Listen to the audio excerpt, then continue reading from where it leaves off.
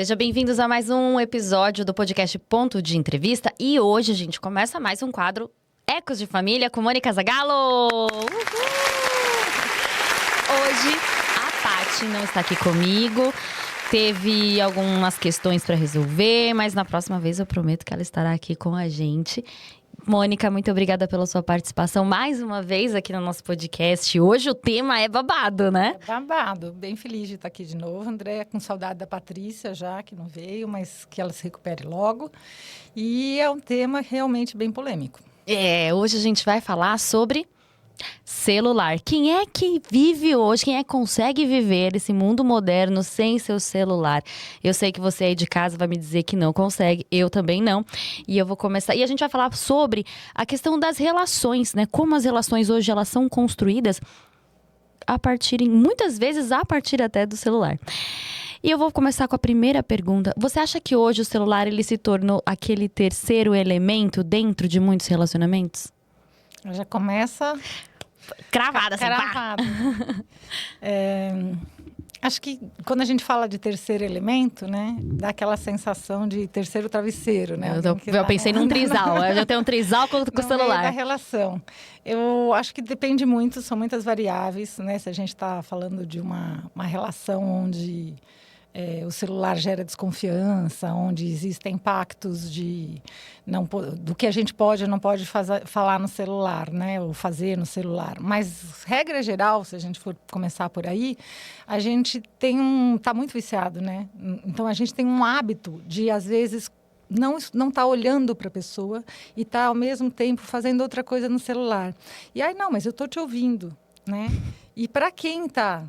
né, sendo escutado, é aquela bola dividida que a gente chama, né? A pessoa não está 100% contigo, a pessoa está prestando atenção em você, mas também está prestando atenção no celular. E só aí já gera nossa, é tão importante quanto eu, o que ele tá ou ela está fazendo no celular, ou é mais importante do que eu, percebe que já gera uma insegurança, né? A gente não está olhando no olho da pessoa e conversando com ela. A gente está naquele duplo, como é que aquele ditado, frito peixe, olha o gato, né? Então, assim, poxa vida, será que eu não dá para, né, prestar atenção só em mim? Acho que isso já é muito. E os momentos, né? Às vezes a gente, por trabalho, tem várias, não sei se são desculpas, mas várias situações onde eu não posso largar o celular. E quando é que pode? Né? Acho que a minha pergunta não é, ok, você tem muita ligação, mas quando é que pode? Para ter um momento realmente a dois, para ter uma conversa realmente sem interferência. Então, eu sinto que, às vezes, o celular vai para a cama, assim, e os dois estão ali, né, encostados ali nos travesseiros, conversando pelo celular, quando poderiam, talvez, estarem conversando, ou até fazendo outras coisas. Muito mais gostosas. Muito melhor, né? Então, acho que tem esse lugar do quanto o celular está tirando a nossa atenção do outro, seja quem for, né? Eu fiquei pensando aqui, eu participei de muitos dates depois de me separar, e fazem já 10 anos. E eu sempre percebi que quando a gente tá nos primeiros encontros, a gente dá total atenção, né? Porque é um primeiro encontro, você tem que impressionar. E por que não manter isso, né, ao longo de uma relação? Porque geralmente era o que eu fazia, assim, a gente tá no primeiro encontro com a pessoa, o seu celular tá desligado.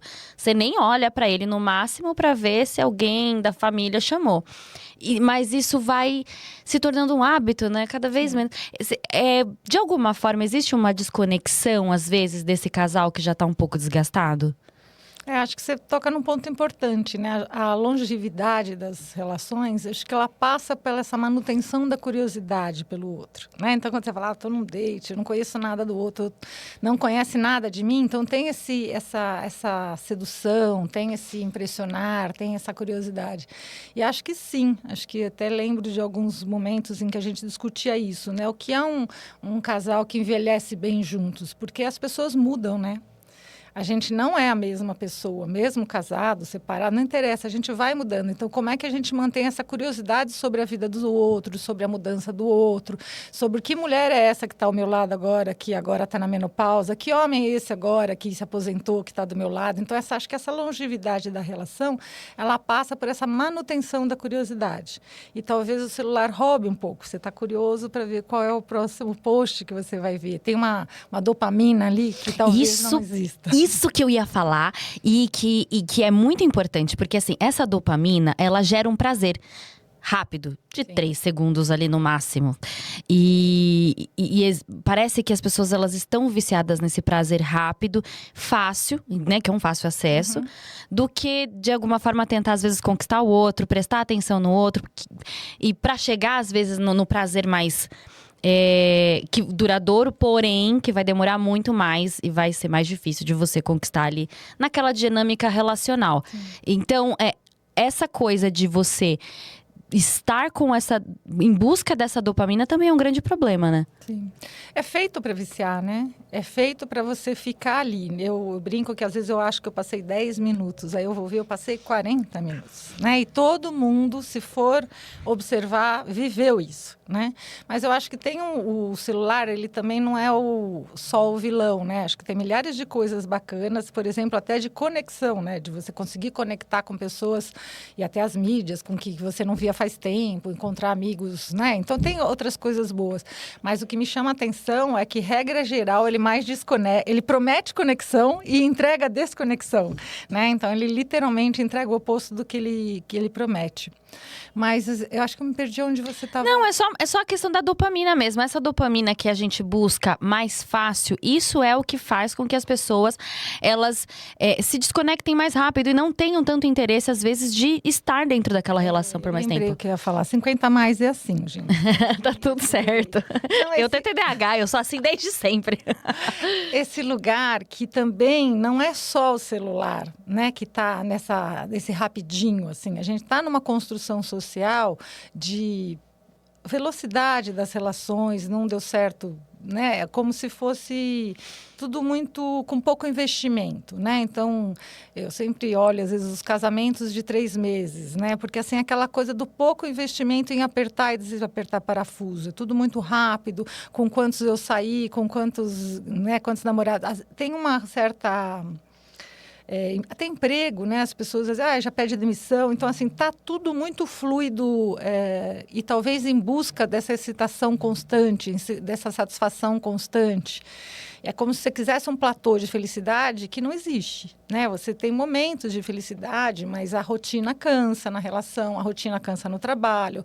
A rotina, ela é algo para ser… reinventado, ressignificado, porque sim, não é um constante coisas novas, né? E passa por uma situação de que o celular e as redes sociais, elas transmitem de perfeição. A ideia de perfeição, do ideal. O que eu vejo é que a gente tá… Às vezes eu sinto que hoje, nas relações, a gente escolhe as pessoas numa grande prateleira. E assim, ele tem um probleminha, que às vezes nem é um problema, mas assim, às vezes não faz… Ninguém vai ser exatamente perfeito do jeito que você quer, do jeito que você idealiza. Da mesma forma que você também não vai ser.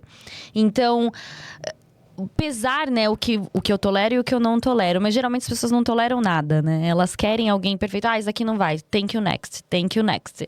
E vai passando. E essa coisa de ir passando é uma coisa da internet, né? Do celular. Sim, ela parece… E tem os filtros, né? Então, eu brinco que tem fotos que você olha e você nem reconhece a pessoa, né? E eu ainda brinco assim, quem posta… um tropeço, quem posta uma conta bancária negativa, né? A gente posta as coisas boas. Então, é quase uma busca constante desse lugar que você fala de perfeição, né? De, olha como eu tô feliz, olha como eu tô comendo bem, olha quando… Eu lembro que eu fui uma vez num bar, né? E aí estava com uma amiga e tinha um casal do nosso lado e eles estavam os dois com celulares, né? E aí, eles não estavam se falando, mas ela pegou, ajeitou os copos, um do ladinho do outro, fotografou os copos, aí deve ter colocado alguma legenda e tal. Aí ele também ajeitou os copos, tirou foto e tal. Depois eles separaram e continuaram os dois no celular separado. E aí eu virei para minha amiga e falei, você reparou isso, né? Aí a gente ficou brincando, o que deve estar escrito na agenda, né? Então é um desejo de mostrar para o mundo que eu tô com o amor da minha vida, tomando uma cervejinha, super feliz, mas no fundo, você está muito mais preocupada em mostrar isso do que executar, né? De conversar, de dar risada, de fazer um brinde, né? E eles passaram muito tempo, cada um no seu celular, né? Quer dizer, qual foi a conexão daquela cerveja? né? Enfim, e é tão complicado isso, porque na minha visão, gente, as pessoas que se preocupam demais em postar o que estão fazendo não estão se divertindo. Eu acho que você não tá curtindo o momento. E eu acho que é tão importante você curtir os momentos, seja com os amigos, dentro de qualquer relação que você tenha. Curtir os momentos. E as pessoas ficam tão preocupadas em mostrar que estão bem do que de fato estarem bem. Eu vou fazer uma pergunta agora aqui. Essa é polêmica. Ai, meu Deus. Eu vou falar, porque isso daqui, os meus amigos são. Eu sou contra, embora em alguns momentos eu quis. Pedir a senha do parceiro é uma prova de confiança ou é uma invasão de privacidade? Ela é bem polêmica mesmo, né? Acho que tem muitas camadas aí, porque tem a histórico das pessoas, né? Eu sinto que algumas pessoas que têm essa necessidade de pedir senha e tal, não estou falando que é uma regra, mas muitas vezes tem uma trajetória que, né, de traições, onde não se sentiu segura numa relação, ou até que pegou realmente uma situação, então tem um trauma aí, e aí por isso acha que essa senha vai lhe dar segurança, né? Mas eu sempre acredito que as pessoas são um CPF, né? E o CNPJ é que é a relação, né? Então, eu tenho uma tendência a achar que você, quando está com o seu celular, você está dentro do seu CPF. Existem pessoas que não veem o menor problema em entregar senhas, né? Existem pessoas onde isso é um acordo feito.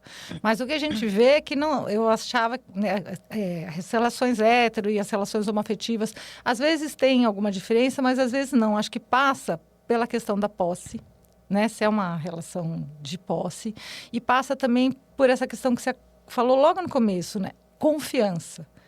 Porque aí vem uma ameaça, né? Se você me ama, você me dá a senha. Se você confia, você me dá a senha. Então, assim, quais seriam as outras ações necessárias para você confiar? Quais as outras ações necessárias para você se sentir amada? Sério mesmo que é essa a ação que vai te dar conforto? E aí, para contar um babado, assim... Adoro! Eu conheci uma pessoa, né, que eu atendi, e ela tinha sido traída mais de uma vez. Então, para ela, era muito importante saber a senha e controlar o outro, inclusive de localização e tudo. E aí, ele tinha um outro celular. Percebe que quanto mais você tenta controlar, mais você percebe que não é possível e que não é saudável controlar o outro, né? Então, ele tinha 2 celulares, um com quem ele, né, se relacionava com outras mulheres e o que ele dava senha para ela. Alerta, né? de gatilho, gente, já desbloqueou aqui um medo. Adianta nada. Mas aí falando, e que também não serve, na maioria das vezes é o homem que tem, né, essa necessidade aí historicamente... Validado, ele é validado, né, para fazer isso. Tem um lugar que é o desejo, né? Que a pessoa está indo atrás do desejo dela. Então, pode ser uma coisa que vai contra o acordo que se fez, né? Então, se nesse casal é um acordo de relação aberta, eu posso ir atrás do meu desejo, percebe? Eu não estou fazendo nada de errado, né? Então, acho que, de novo, a gente passa por esse lugar onde o homem sempre teve uma relação aberta, não explícita, né? E a mulher sempre ficou ali tentando controlar para ver o que acontece. Ou não, até aceitando numa boa, né? Como antigamente, mas ele pula cerca, mas está tudo bem. Eu lembro dessas frases na cozinha da minha casa, assim, sabe? Mas ele é um bom pai, assim, na manicure, assim, eram frases muito assim, até porque os ditados nos entregam, né? Como é que é? Prenda suas cabras, porque o meu bode está solto. Exatamente. Né? Então, o homem pode ter várias mulheres, a mulher é que tem que ficar ali em busca do seu príncipe encantado. O Ecos de Família vai ficando por aqui. Não se esqueça de se inscrever no nosso canal, comenta, curte, compartilha. E toda semana tem um episódio novo para você. Até a próxima. Beijo, tchau, tchau.